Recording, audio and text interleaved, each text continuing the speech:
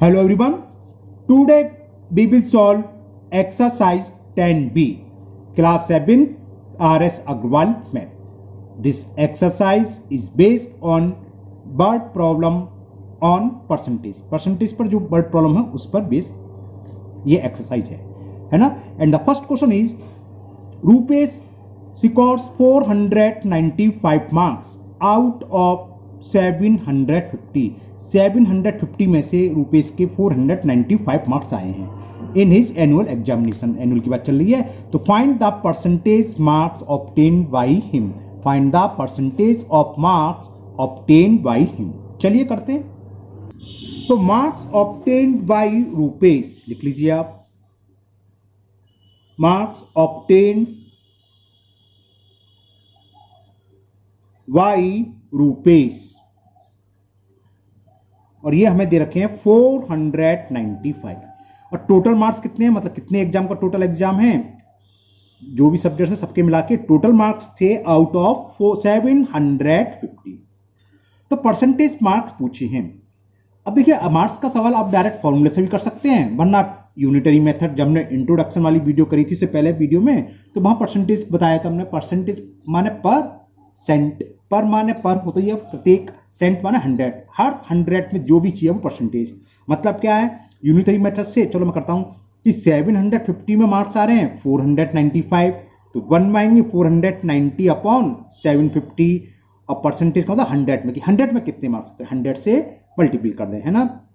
तो लिख सकते हैं कि इन या आउट ऑफ 750 ही ऑब्टेन, ही से मतलब जो भी है रुपेश, ही ऑब्टेन या ही गेट कितने मार्क्स 495 मार्क्स. ओके. तो आउट ऑफ 1 अगर 1 नंबर का पेपर होता आउट ऑफ 1 750 मार्क्स और लिख लेना, ये लिखना भूल गया ना.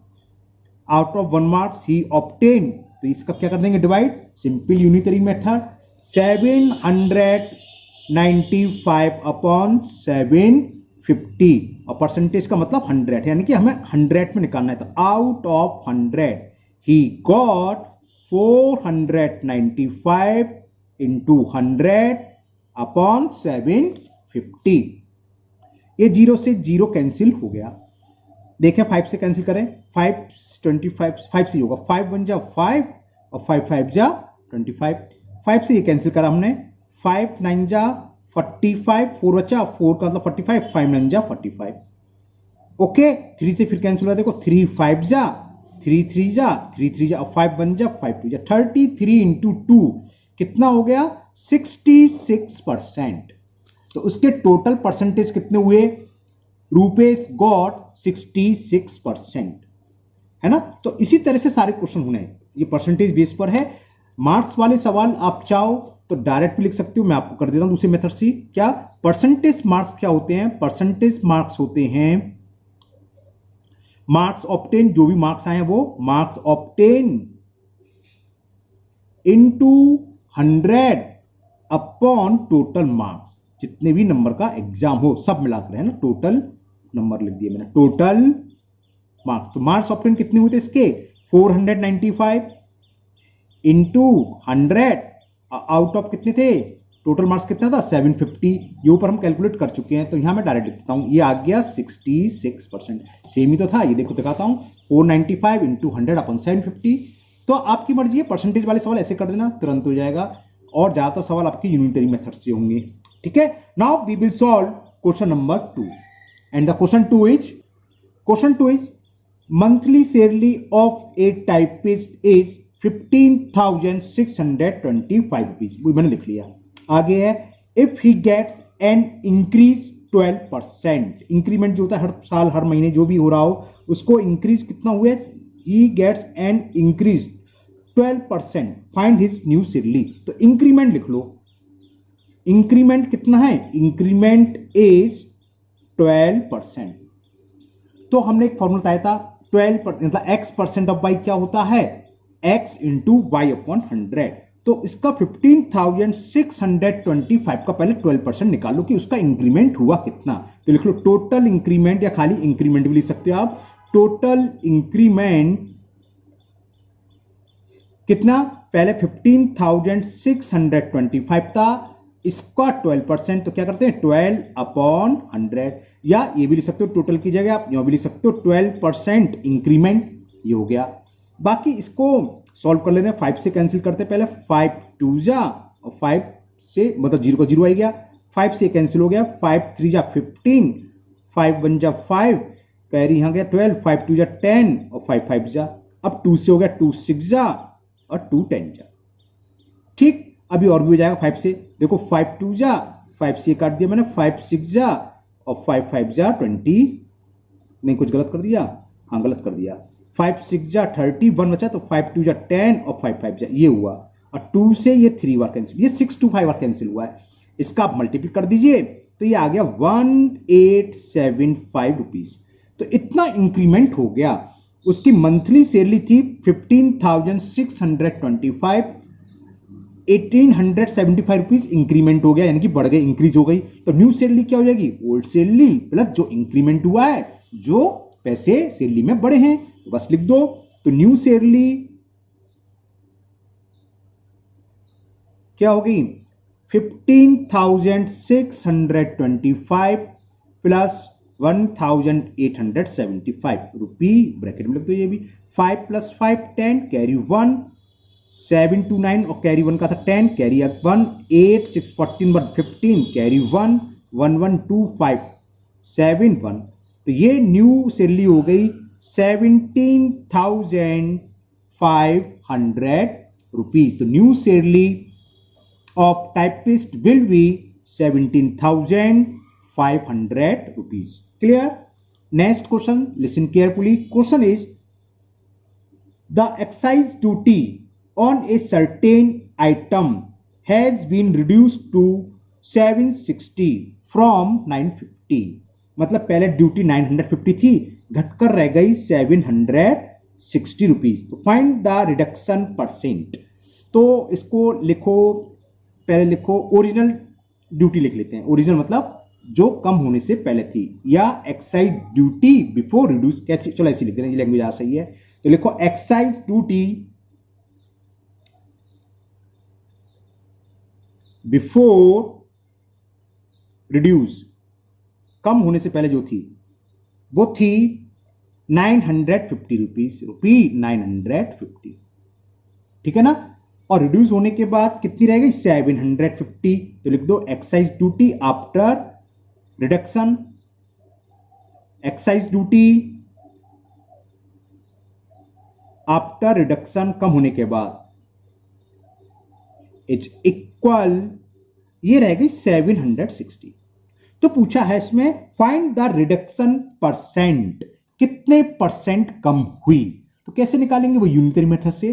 देखो 950 थी तो इतनी रह गई, तो पहले हम इसमें निकालना है कि रिड्यूस कितनी हुई, रिडक्शन कितना हुआ, कम कितनी हुई। कैसे निकालेंगे, 950 में से 760 को सब्ट्रैक्शन कर दें, तो रिडक्शन इन ड्यूटी ऐसे लिख दो,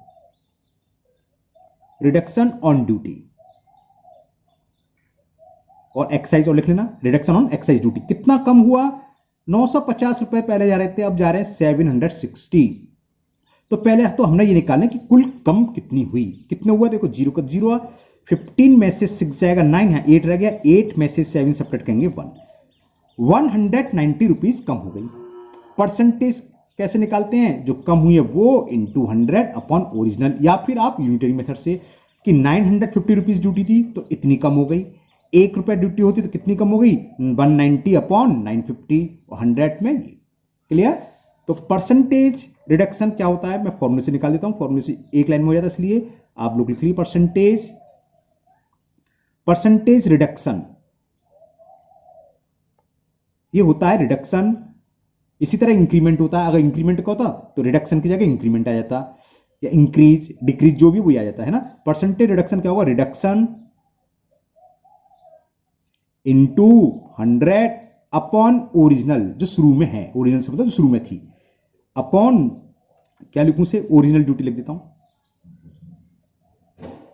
ओरिजिनल स्पेस कम है तो मान ली ड्यूटी लिख लिया, आप लोग पूरा लिखना ओरिजिनल एक्साइज ड्यूटी। तो कितना हो गया, कितनी कम हुई, 190 इंटू 100 अपॉन ओरिजिनल ड्यूटी जो शुरू में थी, और शुरू में एक्साइज ड्यूटी कितनी थी 950, तो डिवाइडेड बाई 950, देखो जीरो से जीरो कैंसिल, 19 बन जा, 19 5 जा, 5 से 100 20 टाइम्स कैंसिल, तो आंसर इज 20%, यानी कि 20% ड्यूटी जो एक्साइज ड्यूटी थी वो कम हो गई, रिडक्शन हो गई, रिड्यूस हो गई। Now next question number 4, listen carefully, question is 96% of the cost of A TV is, ये तो बहुत सिंपल दे रखा है, सीधा सीधा लिख लो, 96% ऑफ, बहुत इजी सवाल था, ऑफ कॉस्ट, 96% ऑफ कॉस्ट क्या था, cost of A TV, cost of A TV, ये इक्वल दे रखा है किसके, रुपी 10,464, तो टीवी की कॉस्ट निकाल लेंगे, 96% ऑफ कॉस्ट ऑफ टीवी का मतलब क्या, 96 into cost of TV upon 100, वही x% ऑफ y, क्या फॉर्मूला बताया था, x इंटू वाई अपॉन 100, तो 96% ऑफ कॉस्ट ऑफ टीवी का मतलब है 96 into cost of a TV upon 100, हो सकता है किसी बच्चे ने कर रखा हो, किसी स्टूडेंट्स कर रखा हो, तो उसने x मान के कर लिया हो कि let the cost of TV be x, तो 96% ऑफ x, तो 96 इंटू एक्स, वो एक ही बात है ना, तो ये हो गया 10,464।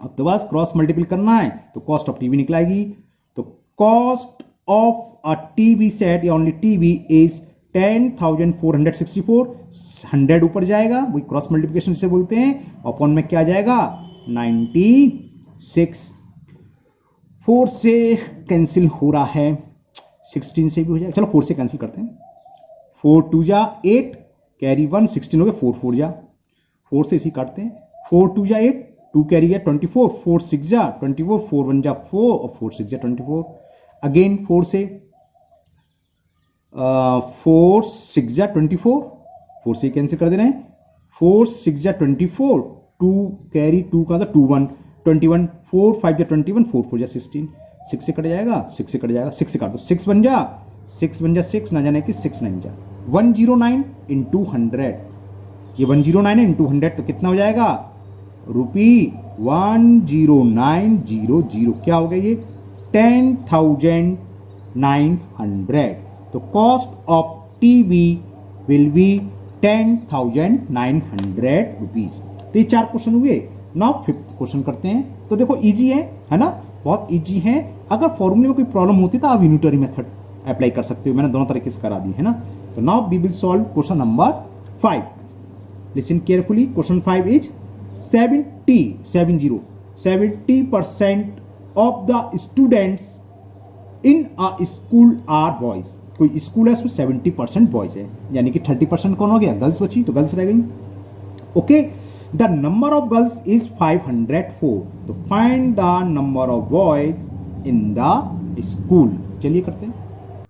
तो यहां परसेंटेज ऑफ बॉयज दे रखी है, तो आप लिख लीजिए परसेंटेज ऑफ बॉयज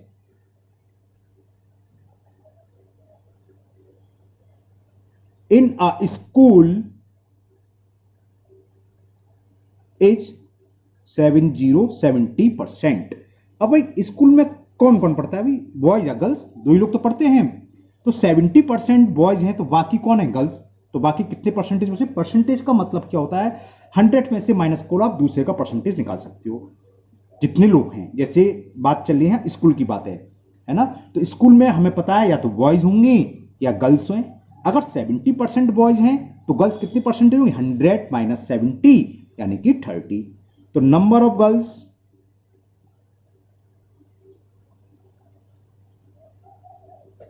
परसेंटेज में लिख रहे हैं, बाद में लगा दूंगा 100 माइनस 70, तो 30%।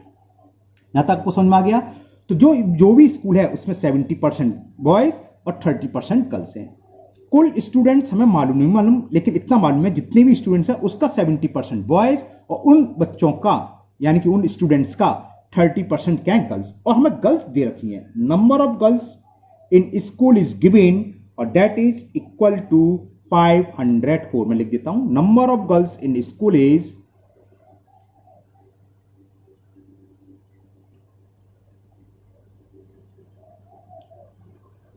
किसके हैं, मैंने अभी बोला था कहां गया, 504। तो 504 कितनी होंगी, कुल स्टूडेंट का 30% है ना। अब इस देखो परसेंटेज के सवाल 2-3 तरीके से हो जाते हैं। अब एक तरीका क्या है, जब 30% है तो नंबर ऑफ स्टूडेंट्स कितने हैं 504, 1% है तो क्या होगा 50/30 और 70% है बॉयज तो नंबर ऑफ बॉयज क्या होंगे 504/30 इंटू 70 वैसे आ जाएगा। एक मैं दूसरे तरीके से करता हूं, 1-2 लाइन एक्स्ट्रा हो जाएंगी लेकिन दूसरे तरीके से कर देता हूं। हम मान लो कि स्टूडेंट्स टोटल है वो x हैं, लेट द टोटल स्टूडेंट्स का मतलब number of boys plus number of girls, let the total student in the school is equal x। According to question, ये अकॉर्डिंग टू क्वेश्चन कहां रहा है, जो नंबर हमें दे रखा हो गर्ल्स दे रखी है, तो गर्ल्स कितने परसेंटेज से परसेंटेज में 30% है, यानी कि x का 30% किसके बराबर होगा 504। समझ में आ गया ना, क्योंकि 30% गर्ल्स हैं और किसकी 30% है टोटल स्टूडेंट्स की। टोटल स्टूडेंट हमने मान लिए x, यानी कि 30% ऑफ x। चलो लिख देता हूं according to question 30% of x number of girls और दैट इज गिवन 504। बस सॉल्व कर लीजिए, x की वैल्यू निकालिए। 30% ऑफ x का मतलब क्या होता है 30 into x upon 100 is equal 504। Zero से ये जीरो कैंसिल, बाकी तो क्रॉस मल्टीप्लिकेशन कर लो तो x इज इक्वल 504 इंटू 10 ऊपर जाएगा न्यूमरेटर में अपॉन 3 नीचे आएगा।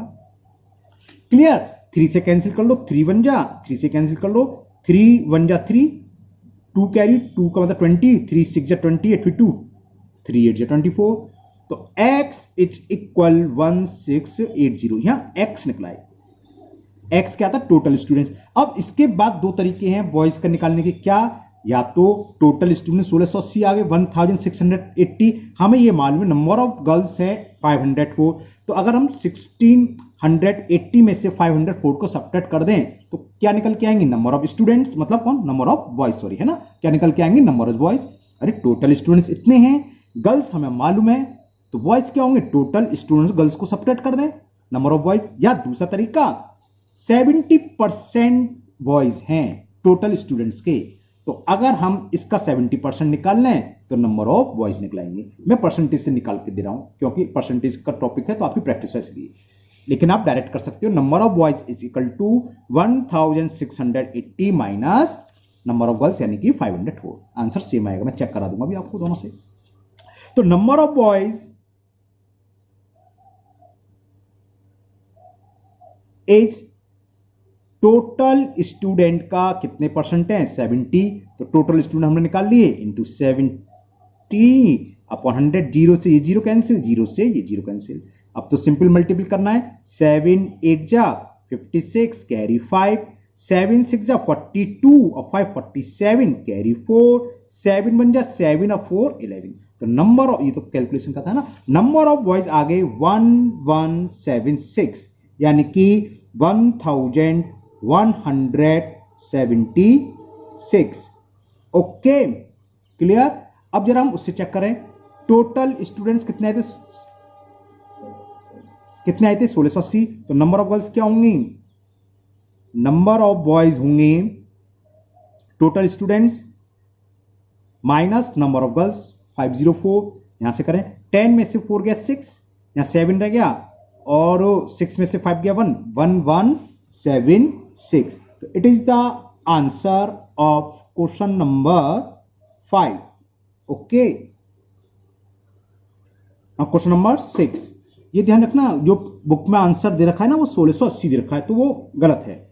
अगर खाली पूछा था टोटल स्टूडेंट्स, यहां टोटल स्टूडेंट्स की बात नहीं चल रही, find the number of boys in the school, तो नंबर ऑफ बॉयज ये होंगे। आंसर आप चेक कर सकते हो, जैसे टोटल स्टूडेंट 1680 है, इसका 30% निकाल के देखो 504 आएगा, इसका 70% निकाल के देखो ये निकल के आएगा, है ना। तो वो आंसर गलत है, उसमें नंबर ऑफ बॉयज दे रखा है, लेकिन सॉरी टोटल स्टूडेंट्स दे रखे हैं, तो हमें टोटल स्टूडेंट्स तो हम निकाल चुके हैं, टोटल स्टूडेंट पूछता तो एक्स थे 1680, लेकिन बॉयज पूछा है तो नंबर ऑफ बॉयज इतने होंगे। मेरी बुक में तो नंबर ऑफ बॉयज ही लिखा हुआ है, अगर किसी के बुक में नंबर ऑफ टोटल स्टूडेंट्स लिखा हो तो आंसर 1680 है ना, मेरा न्यू एडिशन है उसमें नंबर ऑफ बॉयज ही है।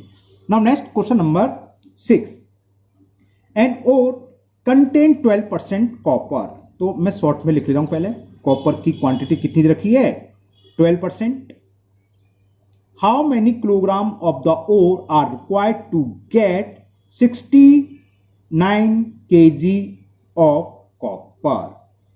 Okay, how many kilogram of the ore are required to get 69 kg of copper. तो सिंपल सा सवाल है, चलिए करते हैं. इसका मतलब क्या है? 12% का मतलब 100 में 12% कॉपर है. अगर टोटल वेट 100 kg है ओर का, तो उसमें 12 kg क्या है? कॉपर. बात समझ में आई? तो कॉपर दे रखी है 12%. तो चलो लिख देता हूं, ऐसे करता हूं. लेट क्वांटिटी ऑफ ओर, हाँ ये लिख रहा हूं, let total quantity of ore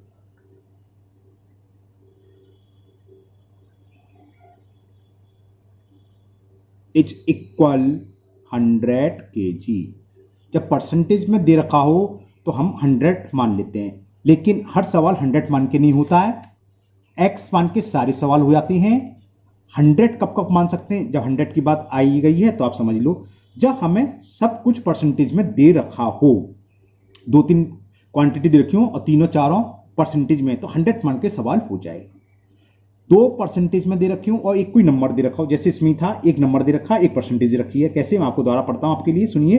12% copper है, फिर आगे पूछा है how many kilogram of the ore are required to get 69 kg. 69 मतलब नंबर आगे, परसेंटेज में नहीं आया, तो 1 percentage 1 number, 2 percentage 1 number, 3 percentage 1 number, number एक ही दे रखा हो, परसेंटेज 1 से दिखो, तब भी 100 मान के सवाल सॉल्व हो जाता है. 100 मान के इजी हो जाते हैं, ये ध्यान रखना. 100 मान के इजी क्यों आते हैं? क्योंकि 100 का 12% का मतलब 12 ही हो गया. 100 का 5% परसेंटेज का मतलब ही होता है कि 100 में कितना, तो 100 में 12% का मतलब क्या है? 100 में 100 12 है, इसलिए इजी हो जाता है ना. लेकिन अगर सब कुछ परसेंटेज में दे रखें और 2 हमें न्यूमेरिकल वैल्यू दे रखी हूं, जैसे इसमें 39 kg मान लो, और चीज दी होती 55 kg, तो वो सवाल किसी भी कीमत पर 100 मानकर नहीं होगा. फिर तो हमें x मानकर ही करना पड़ेगा. जैसे हमने माना था let the total quantity of ore 100, तो उस कंडीशन में मानते x kg. x मान के थोड़ा लेंथी हो जाता है सवाल, लेकिन x मान के सारे सवाल हो जाते हैं. ये है, 100 मान के सारे सवाल नहीं होते. ओके, तो हमने मान, क्योंकि परसेंटेज में दे रखा था, एक क्वांटिटी दे रखी है, तो हमने मान लिया लेट द ओर 100 kg. अब 12% कॉपर है, तो क्वांटिटी ऑफ कॉपर क्या हो गई? Quantity of copper is equal 12 kg. 12% का मतलब क्या? 100 में 12, 100 ही मान लिया हमने कि टोटल और बनना 100 kg, तो यानी कि कॉपर कितनी हो गई? 12 kg. अब आप यूनिटरी मेथड लगा दो. सिंस 12 kg कॉपर, बल्कि इतनी जल्दी क्यों, पहले हम लैंग्वेज पढ़ लेता, उस हिसाब से लिखता. लैंग्वेज थी एन ओर कंटेन 12%. हाँ, तो हम लिखते कि 12 kg कॉपर आर प्रेजेंट, ऐसे लिख देते हैं, आर प्रेजेंट इन ओर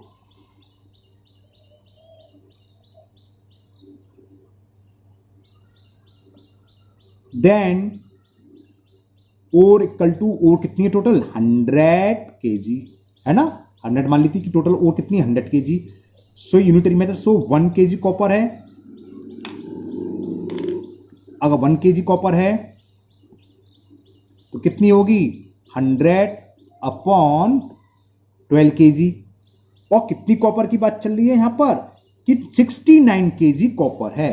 तो since 69 kg copper are present, then total quantity of ore will be 100 into 69 upon 12. 3 से कैंसिल करें, बल्कि 4 से कर दे रहे हैं. 4 3 जा 4 से 100, 25 बार कैंसिल, 25 4 जा 100, 3 1 जा 3 2 जा 6, 3 3 जा 9. बस अब तो 25 का 23 में मल्टीप्लाई करना, आंसर आ जाएगा. 25 3 जा 75, 25 2 जा 50 और 7 57. तो इतने kg और बनेगा. अगर 69 kg हम कॉपर ले लेंगे तो टोटल धातु कितनी बनेगी? 575 kg. ओके, समझ में आ गया है ना. तो 100 कब मानते हैं? जब सब कुछ परसेंटेज में दे रखा हो तो 100 मान के सवाल होगा. सब कुछ परसेंटेज में दे रखा हो, केवल एक नंबर दे रखा हो, तो 100 में होगा. 1 परसेंटेज या 2 परसेंटेज में हो या 3 परसेंटेज में हो और एक ही नंबर हो तो 100 मान के हो जाएगा. लेकिन 1-2 परसेंटेज में और एक से अधिक नंबर में वैल्यू दे रखी, न्यूमेरिकल वैल्यू, तब उस कीमत पर हम जो भी चीज है उसको x मानेंगे. आगे आएंगे सवाल, है ना, बाद डिस्कस करेंगे. Now question number 7. Now question number 7। अच्छा, काफी अच्छा सवाल है, ध्यान से सुनना आप लोग, listen carefully. Question is 36% of the maximum marks is required to pass a test.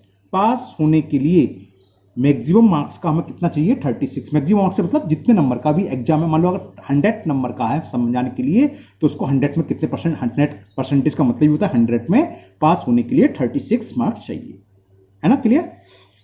अब आगे पढ़िए। A student gets 123 marks and is declare fail, और फेल हो गया वो कितने नंबर से? 39 मार्क्स। तो चलो, marks obtain bye students step by step लिखते चलते हैं, जिससे कि आपको अच्छे से समझ आए।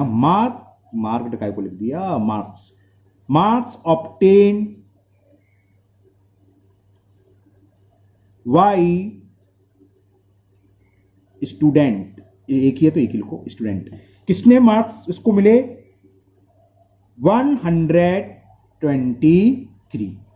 कोई स्टूडेंट था, उसको 123 मार्क्स मिले और वो हो गया 39 नंबर से फेल। ही फेल्ड बाय, ये भी लिख लो,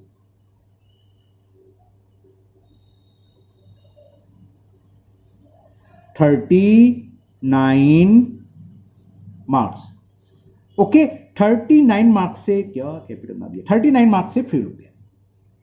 तो उसको पास होने के लिए कितने नंबर चाहिए? अगर हम 123 में 39 ऐड कर दें तो पास हो जाएगा। अरे, जैसे 100 में से 33 का क्राइटेरिया चलता है ना, मान लो 100 से 33 समझाता हूं, 33 नंबर पास होने के लिए चाहिए थे। किसी स्टूडेंट्स के 20 नंबर आए और वो कितने नंबर से फेल हो गया? 13 नंबर से, 30 नंबर से। तो क्या है, जितने नंबर से फेल हो गया उसको मैं ऐड कर दूं तो क्या होगा? पासिंग मार्क्स आ जाएंगे।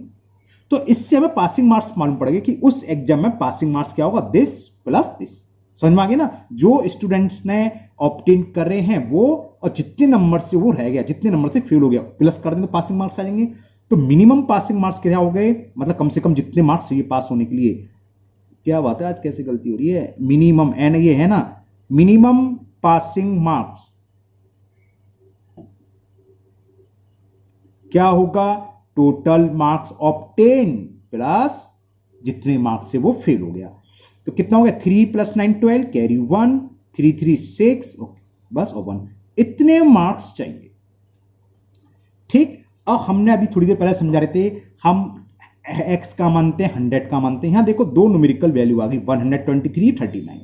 तो ये 100 मान के नहीं होगा, ये x मान के ही होगा। जो मिनिमम मार्क्स, जो मैक्सिमम मार्क्स है, जितने नंबर का एग्जाम है जिसमें से उसको पास होने के लिए 162 मार्क्स चाहिए, वो हम मान लेंगे कितना है? x। ये मार्क्स लिख रहा है, साफ नहीं लिख रहा है, दोबारा लिख देता हूं। तो let the maximum marks be x। ठीक है ना, बात समझ में आ रही है? इसमें ये पूछा फाइंड द मैक्सिमम मार्क्स। तो लेट द मैक्सिमम मार्क्स